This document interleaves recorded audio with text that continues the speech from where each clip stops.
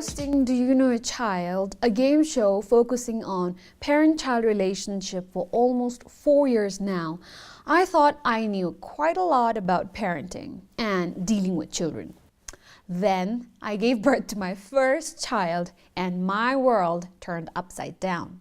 What came with her was lots of worries, questions, confusions, and some tears. After I came across so many conflicting advice from my parents, the hospital, and my friends, I thought it would be very interesting to have a program that will take into account all these confusions and attempt to find a helpful solution. Let's take a look at the topics covered last week. Breastfeeding on demand, also known as feeding on cue and baby-led feeding, is about responding flexibly to your baby's hunger cues. Right after birth, the size of your baby's tummy is like a cherry size. Earlier, the initiation of breastfeeding, there is more production. We also encourage them to take more of liquid diet. If you don't let your baby empty the first side, she will only be drinking what they call the fore milk. Exclusive breastfeeding for the first 6 months means that the infant receives only breast milk. No other liquids or solids are given, not even water, with the exception of oral rehydration solution or drop syrups of vitamins, minerals, or medicines.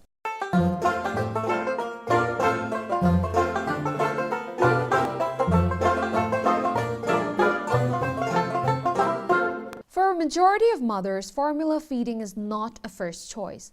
It's wonderful that so many women out there see the benefits of breastfeeding and do their best to make it work. But if it doesn't work for whatever reason that may be, the baby still needs to eat. So remember that you're meeting your child's needs and showing your love each time you feed them, whether it's breast milk or formula, in a cup or a bottle, or from a breast. Knowing that you are doing your best is good for your baby. So let it be good enough for you too. Bottle feeding doesn't necessarily mean formula feeding. You can also bottle feed your child breast milk. And the way to do it is by expressing your milk. Expressing milk means squeezing milk out of your breast so you can store it and feed it to your baby later. You might want to express milk if you have to be away from your baby, for example, you're going back to work. Or sometimes when you are producing too much milk and have painful engorgement, then you rid yourself of the excess milk. Normally, like most mother, when they express, they go from top.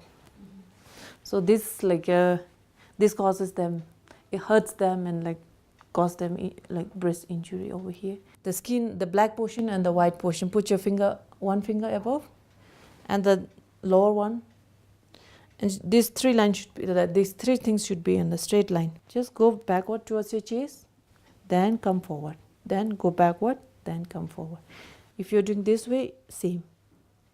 Whichever angle you're choosing, but make sure that it's in the same line, because the pressure you are giving should be synchronized. You have to synchronize the pressure, then only it starts flowing. And the other reason is why we have to keep our hand in between the black skin and the white skin is the milk gland is on this black portion. I admit it's tough being a working mom who has to go back to work after 3 months of maternity leave.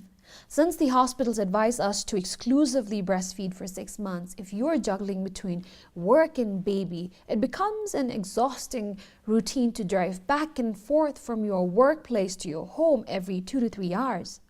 And not everybody has their homes next to their offices. Imagine driving back and forth from Dichincholing to Pabisa to feed your baby and making that trip 3 or 4 times a day. Would you be able to function properly?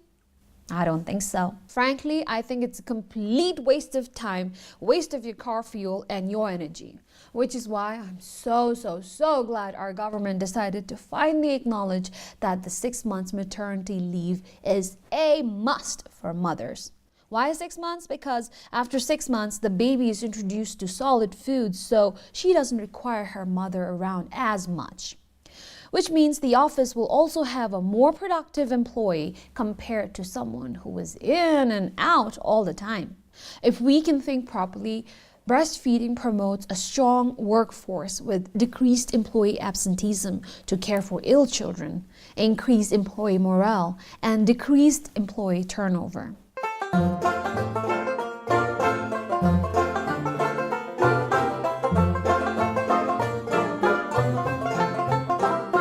Luckily, parenting is not just for the mothers now. It's true that historically it was always the mothers who took on the job of being a parent, but that was then. Now, parenting is a shared responsibility and opportunity for mother and father to raise their children as a team. Fathers are now more than ever involved. Looking after a newborn is a tough job, but when the duties are shared between a husband and a wife, the pressure becomes lesser.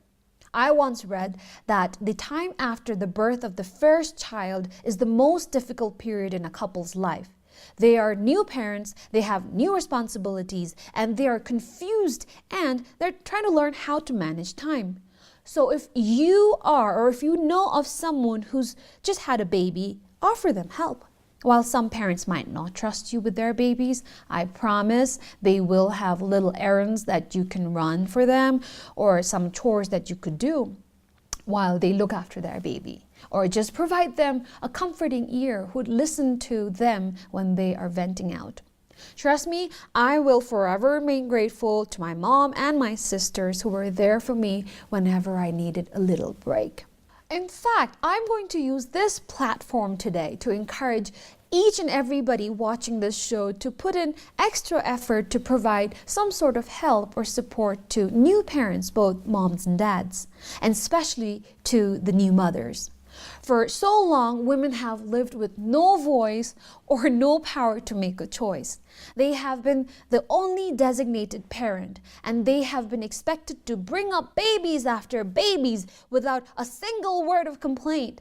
Perhaps that's why topics like pregnancy or labor, and especially topics like parenting, are rarely discussed in our culture. Parenting, I believe, is one of the toughest jobs out there because there's no manual as to how to do it right. One has to find his or her way of parenting. This is why it's crucial we support each other while we take this journey into parenthood. While our parenting styles might differ from each other, it is always good to share and discuss the common issues we face. Also, sharing makes things better, doesn't it? We're very lucky to be born in a country where breastfeeding is traditionally seen as it should be, something very natural and necessary. My grandma breastfed my dad up until the age of 4, and it was the norm back then. People luckily didn't have access to formula or advertisements convincing them to feed their babies anything other than breast milk. I used to hesitate breastfeeding in public before, but as I look around in other countries where breastfeeding in public is treated almost and sometimes worse than smoking in public, I find myself thankful and proudly exercising this right of feeding my child whenever and wherever she's hungry.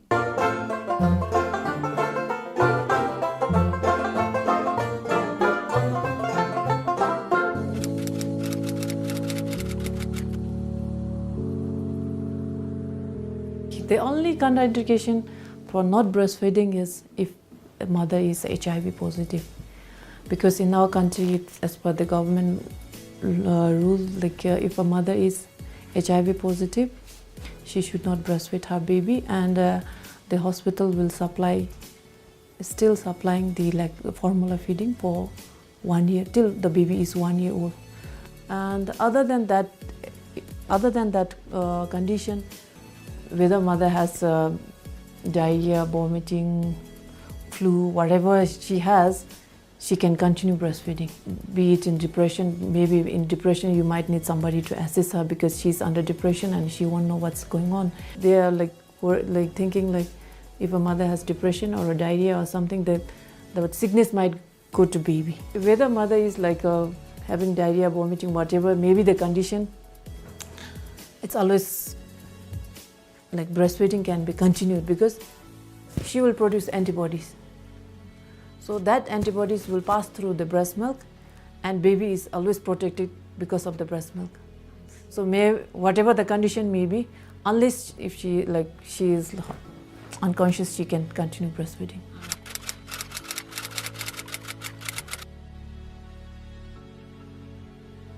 There is no connection between diet and baby's newborn jaundice. Newborn jaundice is because of inadequate breast milk. When they get inadequate breast milk, baby will pass less urine.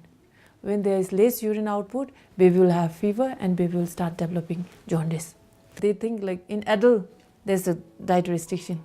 So that they have to understand, people like all the parents has to understand there is no connection between diet and newborn jaundice.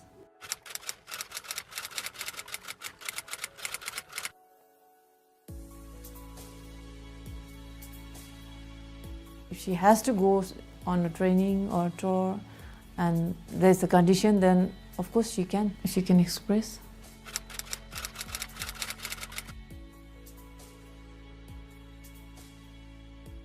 No. The production is same because you can produce a breast milk which is good enough to supply for meet the demand of your baby.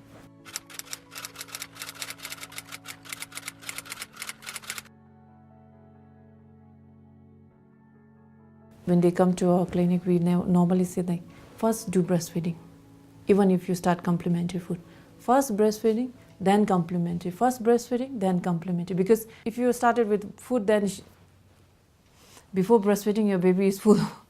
So she obviously won't go for breast milk.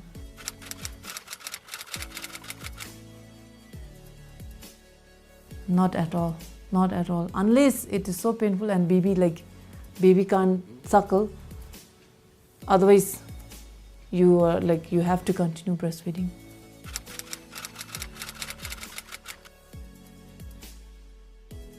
There's no restriction at all. She can take what normal diet, what she has been taking. In fact, we encourage them to take more liquid diet.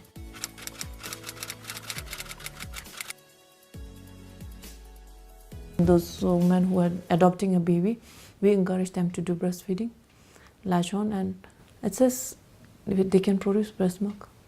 On that note, we have come to the end of this episode of Parentology on breastfeeding. If you have any questions or feedback, you can write to me at choni@bbs.bt or find me on Instagram under the name Chozug, that's CHOZUG. We'll also upload this episode on YouTube under the channel titled BBS Channel 2.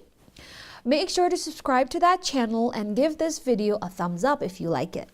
With that, wishing you a joyful parenting, this is Chozuk saying Lokshuli Jege with another exciting episode on parenting at Parentology. Until then, support each other and stay positive.